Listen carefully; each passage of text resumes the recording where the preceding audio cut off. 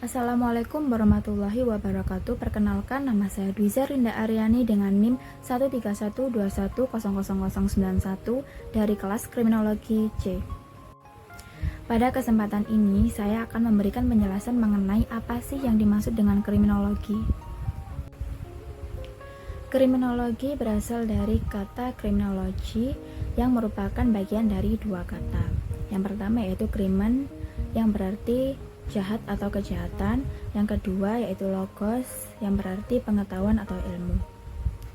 Kriminologi sendiri merupakan ilmu pengetahuan tentang kejahatan atau penjahat. Kriminologi juga merupakan studi ilmiah tentang kriminalitas, perilaku kriminal, korban kejahatan, dan sistem peradilan pidana. Kriminologi melibatkan analisis terhadap faktor-faktor yang memengaruhi tingkat kejahatan, pola perilaku kriminal, serta respon masyarakat dan sistem hukum terhadap kejahatan. Para kriminolog berusaha juga untuk memahami penyebab kriminalitas, dampak terhadap masyarakat, dan mencari strategi untuk mencegah kejahatan di masa depan. Lalu, mengapa kriminologi lahir? Kriminologi lahir karena adanya ketidakpuasan pada yang pertama hukum pidana, kedua hukum acara pidana, yang ketiga cara penghukumannya. Adapun objek dari kriminologi yaitu yang pertama kejahatan.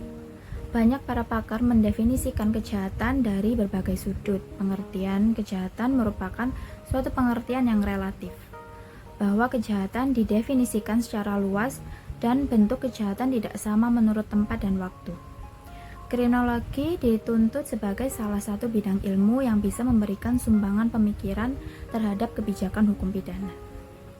Lalu objek dari kriminologi yang kedua yaitu pelaku, yang dapat dikualifikasikan sebagai pelaku kejahatan. Untuk dapat dikategorikan sebagai pelaku adalah mereka yang telah ditetapkan sebagai pelanggar hukum oleh pengadilan.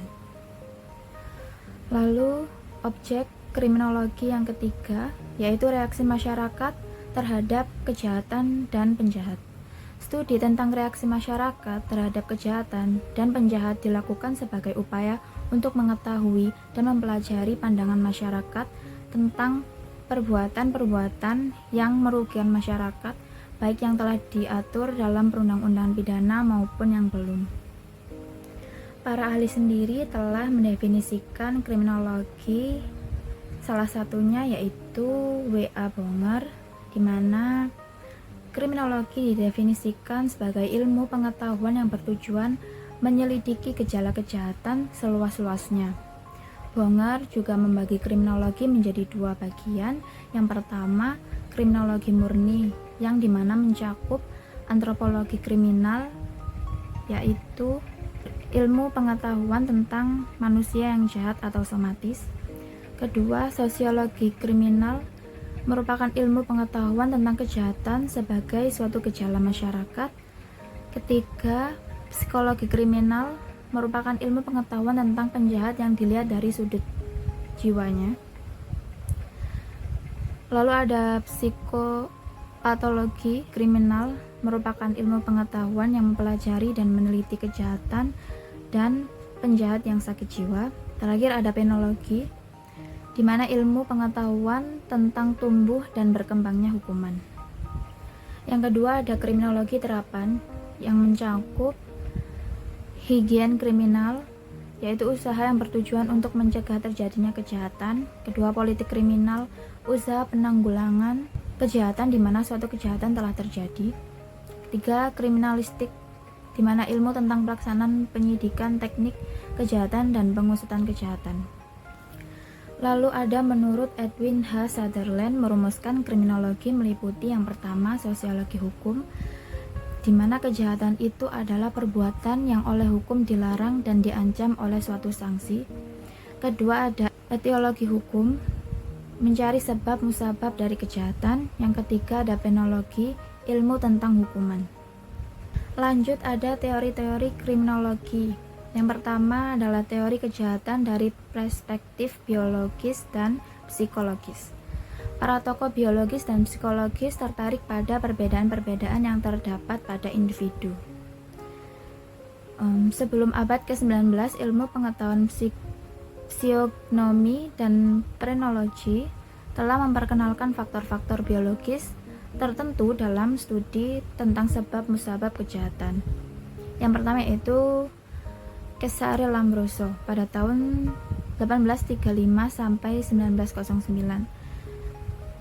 Father of Modern Criminology. Teori Lombroso tentang born criminal atau penjahat yang dilahirkan menyatakan bahwa para penjahat adalah suatu bentuk yang lebih rendah dalam kehidupan, lebih mendekati nenek moyang mereka yang mirip kera dalam hal sifat bawaan dan watak yang dibanding mereka yang bukan penjahat. Penjahat sendiri adalah orang yang memiliki bakal jahat. Bakal jahat dapat dilihat dari ciri-ciri biologis atau atavistik stigmata, seperti melihat dahi yang sempit dan melengkung ke belakang, rahang yang besar dan gigi taring yang tajam, berbadan tegap, tangan yang lebih panjang, bibir tebal, hidung tidak mancung, kurang berperasaan atau tahan sakit, suka akan tato ada pada bagian tubuhnya, dan lain-lain. Di samping kategori born criminal di atas, Lombroso juga menambahkan dua kategori lainnya, yaitu yang pertama ada insane criminals. Bukanlah penjahat sejak lahir, mereka menjadi penjahat sebagai hasil dari beberapa perubahan dalam otak mereka yang mengganggu kemampuan mereka untuk membedakan mana yang benar dan mana yang salah. Yang kedua, ada criminaloids, suatu kelompok penjahat kambuhan atau pelaku kejahatan karena nafsu dan berbagai tipe lainnya. Lalu ada Enrico Ferri pada tahun 1856 sampai 1929 memberi penekanan pada kesaling hubungan atau interrelatedness dari faktor-faktor sosial, ekonomi, dan politik yang mempengaruhi kejahatan. Ferri juga berpendapat bahwa kejahatan dapat dikontrol atau diatasi dengan perubahan-perubahan sosial. Ada juga Raffaele Garofalo pada tahun 1852 sampai 1934. Garofalo sendiri menelusuri akar tingkah laku kejahatan bukan pada bentuk fisik, tetapi kepada kesamaan-kesamaan psikologis yang dia sebut sebagai moral anomalies atau keganjilan-keganjilan moral. Selain itu, pada kriminologi terdapat aliran-aliran dalam kriminologi. Yang pertama, aliran klasik, di mana individu dilahirkan dengan kehendak bebas atau free will untuk hidup menentukan pilihan hidupnya. Individu memiliki hak asasi di antara hak untuk hidup, kebebasan, dan memiliki kekayaan. Pemerintah negara dibentuk untuk melindungi hak tersebut dan muncul sebagai hasil perjanjian sosial. Kejahatan merupakan pelanggaran terhadap perjanjian sosial, di mana hukuman hanya dibenarkan selama hukuman itu ditujukan memelihara perjanjian sosial. Setiap orang dianggap sama di muka hukum, oleh karena itu seharusnya setiap orang diperlakukan sama. Yang kedua ada aliran positif. Kehidupan manusia dikuasai oleh hukum sebab dan akibat.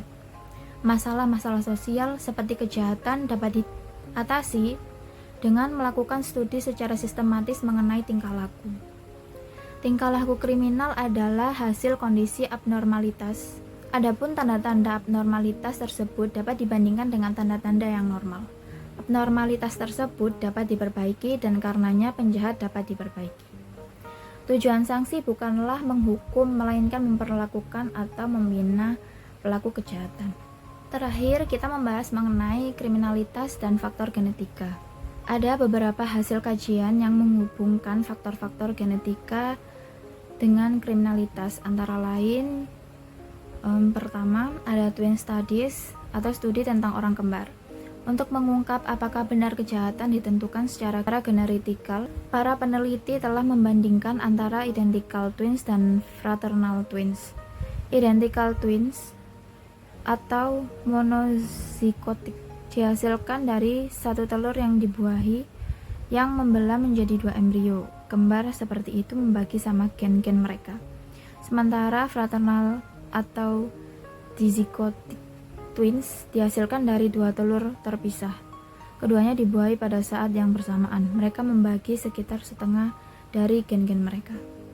Yang kedua ada adoption studies, studi tentang adopsi. Suatu jalan untuk memisahkan pengaruh dari sifat-sifat yang diwariskan dengan pengaruh dari kondisi lingkungan adalah dengan melakukan studi terhadap anak-anak yang sejak lahirnya dipisahkan dari orang tua aslinya dan ditempatkan pada keluarga angkat. Baik, sekian penjelasan mengenai kriminologi dari saya. Kurang lebihnya saya mohon maaf. Wassalamualaikum warahmatullahi wabarakatuh.